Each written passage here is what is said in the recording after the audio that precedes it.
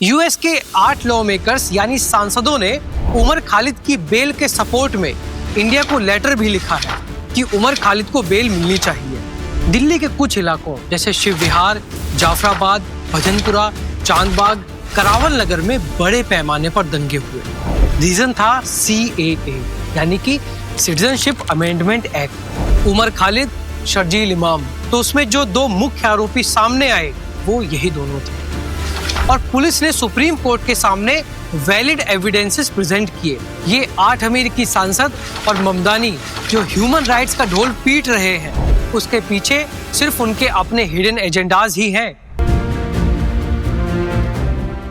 23 फरवरी 2020 यानी कि भारत में पहला कोरोना वायरस लॉकडाउन शुरू होने से करीब 1 महीने पहले दिल्ली के कुछ इलाकों जैसे शिव विहार, जाफराबाद, भजनपुरा, चांदबाग, करावल नगर में बड़े पैमाने पर दंगे हुए और सिर्फ दंगे नहीं बल्कि नरसंहार हुआ।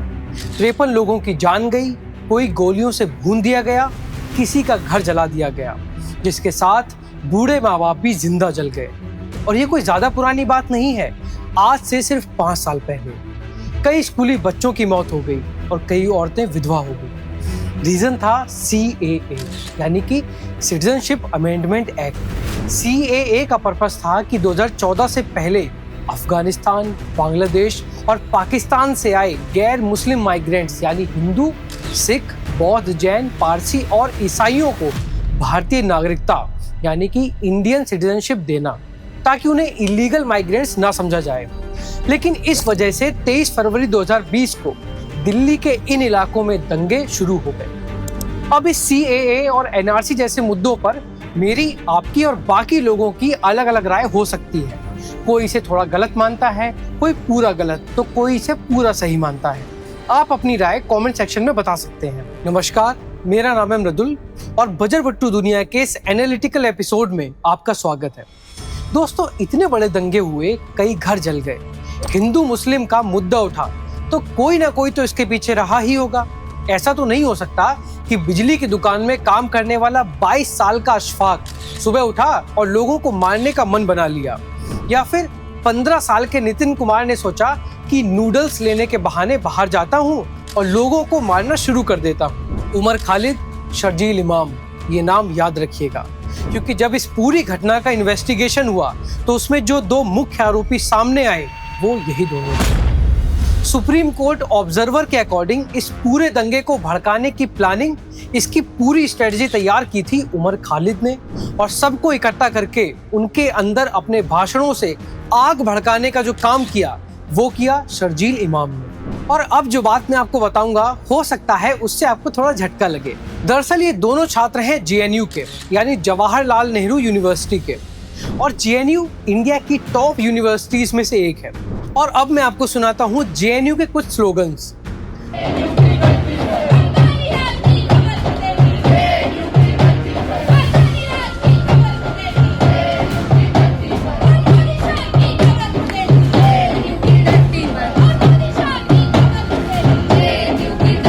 शायद आप ना सुन पाए हो, तो ये छात्र कह रहे हैं मोदी शाह की कब्र खुदेगी, मोदी शाह की कब्र खुदेगी JNU की धरती पर। और इनका एक और फेवरेट स्लोगन है, भारत तेरे टुकड़े होंगे, भारत तेरे टुकड़े होंगे।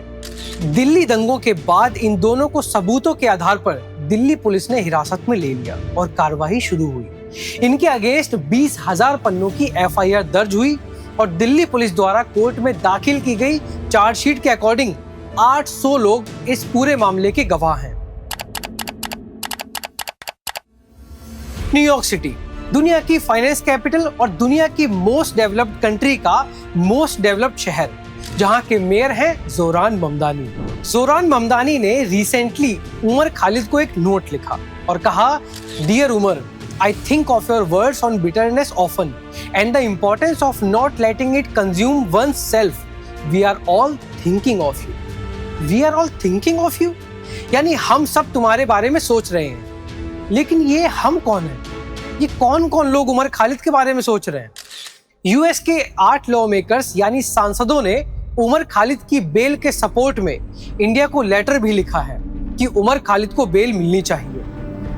दोस्तों, आज मैं आपके सामने एक ऐसा टॉपिक लेकर आया हूं जो हमारे देश की यूनिटी और इसके जुडिशियल सिस्टम की मर्यादा से जुड़ा है।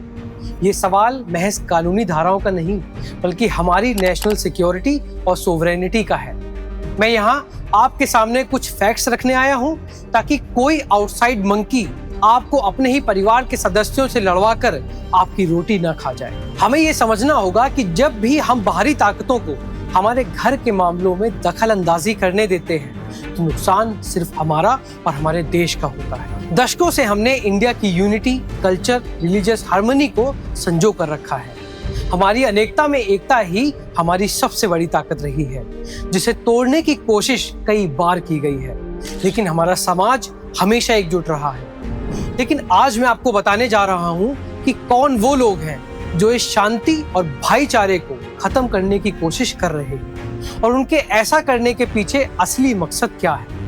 मतभेद के नाम पर ये लोग हमारे लोकतंत्र की जड़ों पर हमला कर रहे हैं। अगर हम दिल्ली पुलिस द्वारा पेश किए गए एविडेंसेस को ध्यान से देखें तो ये साफ हो जाता है कि उमर खालिद के खिलाफ आरोप कितने गंभीर हैं। FIR 59/2020 के तहत जो चार्जशीट्स फाइल की गई हैं, उनमें डिजिटल कम्युनिकेशंस, सीक्रेट मीटिंग्स और व्हाट्सएप ग्रुप्स के जरिए रची गई एक लार्जर कंस्पिरेसी के पुख्ता सबूत हैं, जो दिखाते हैं कि ये कोई अचानक हुआ दंगा नहीं था, बल्कि एक सोची समझी साजिश थी, ताकि एक इंटरनेशनल विजिट के दौरान देश को दुनिया के सामने शर्मिंदा किया जा सके। पुलिस द्वारा जुटाए गए कंटेम्पोरेनियस एविडेंस ये साबित करते हैं कि लगाए गए एलिगेशंस पूरी तरह सच हो सकते हैं। जब देश की सर्वोच्च अदालत ने इन सबूतों को प्राइमा फेसी विश्वसनीय माना है तो इसकी सच्चाई पर कोई संदेह नहीं रह जाता। लेकिन अफसोस की बात यह है कि अब कुछ US law makers, Zohran Mamdani और कुछ ऑपोजिशन पार्टीज मिलकर इस पूरे मामले को भटकाने की कोशिश कर रहे हैं। ये लोग हमारे इंडियन जुडिशरी सिस्टम को डोमिनेट और ह्यूमिलिएट करना चाहते हैं और इनका मकसद कोई न्याय नहीं है, बल्कि अपने हिडन एजेंडास को पूरा करना है और भारत की इमेज को इंटरनेशनल लेवल पर बर्बाद करना है। So let's decode. सबसे पहले जान लेते हैं कि जोहरान ममदानी है कौन। जोहरान ममदानी एक अमेरिकन पॉलिटिशियन है जो कि न्यूयॉर्क सिटी के 112वें और पहले मुस्लिम मेयर हैं। वो सलाम बॉम्बे जैसी फिल्म बनाने वाली मीरा नायर और प्रोफेसर महमूद ममदानी के बेटे हैं। अब दूसरा सवाल ये है कि अगर वो न्यूयॉर्क सिटी के मेयर हैं तो does he have any authority? क्या उनके पास कोई लीगल अथॉरिटी है इंडिया के इंटरनल अफेयर्स में इंटरफियर करने की? तो मैं आपको बता दूं, he does not have any legal authority to interfere in India's internal affairs. वो इंडिया के किसी भी इंटरनल अफेयर में या सुप्रीम कोर्ट के किसी भी डिसीजन में इंटरफियर करने के लिए उनके पास कोई अथॉरिटी नहीं है। बस एक पावर जो उनके पास है वो ये है कि वो एक बहुत ही इन्फ्लुएंशियल इंसान है, जिसका रीजन है कि वो न्यूयॉर्क सिटी के मेयर हैं और बहुत ही हाई प्रोफाइल फिगर हैं। अब समझते हैं कि उमर खालिद कौन है। उमर खालिद को एक इंडियन एक्टिविस्ट माना जाता है, एक स्कॉलर, और वो जवाहरलाल नेहरू यूनिवर्सिटी के एक फॉर्मर स्टूडेंट हैं। दरअसल 2016 के बाद से कई सारे पॉलिटिकल मूवमेंट्स में वो एक प्रोमिनेंट फिगर भी रहे हैं, लेकिन 2020 के बाद से उमर खालिद तिहाड़ जेल में बंद है। क्यों? क्योंकि उनको अनलॉफुल एक्टिविटीज प्रिवेंशन एक्ट और इंडियन पीनल कोड के तहत चार्ज किया गया था, जिसमें कंस्पिरेसी, सेडिशन और मर्डर जैसे चार्जेस शामिल हैं। दिल्ली पुलिस का मानना है कि सिटीजनशिप अमेंडमेंट एक्ट के अगेंस्ट जो प्रोटेस्ट हुए उसमें वो की ऑर्गेनाइजर थे। जो दिल्ली राइट्स हुए, जो दिल्ली में दंगे हुए, उसमें वो मास्टरमाइंड थे और उन्होंने ही चक्का जाम जैसी स्ट्रेटजी प्लान की थी, सीक्रेट मीटिंग्स की थी, दंगे के लिए लॉजिस्टिक्स प्लान किए थे। लेकिन डिफेंस का कहना है कि कोई एविडेंस ही नहीं है वायलेंस का। No evidence of violence.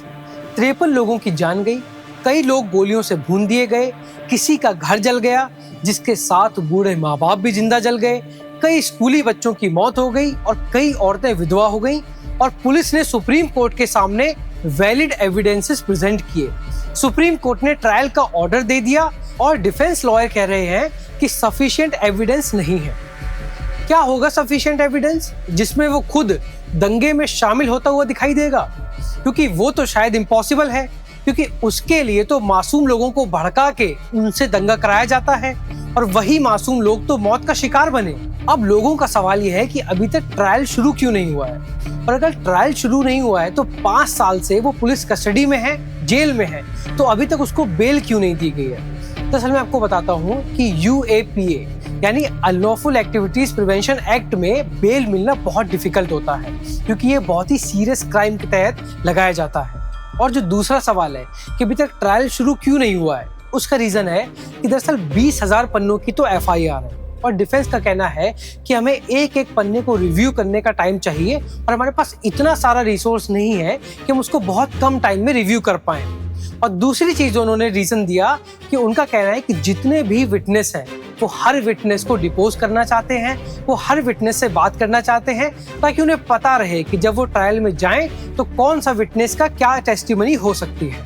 अब यहाँ एक बड़ी इंटरेस्टिंग बात सामने आती है कि डिफेंस को तो जल्दी होनी चाहिए, क्योंकि उमर खालिद पिछले 5 सालों से बिना किसी ट्रायल के, बिना चार्जेस प्रूव हुए तिहाड़ जेल में बंद है, तो फिर वो ट्रायल में और देरी क्यों कर रहे हैं। उसका रीजन है वो वेट कर रहे हैं कि ज्यादा से ज्यादा टाइम हो जाए, ज्यादा से ज्यादा साल बीत जाए, और जो विटनेस हैं उनकी मेमोरी फेड हो जाए। और एक और जिस चीज का वो वेट कर रहे हैं वो है पॉलिटिकल पावर शिफ्ट का। वो वेट कर रहे हैं कब ये सरकार बदले, दूसरी सरकार आए जिसका बेनिफिट वो ले सके।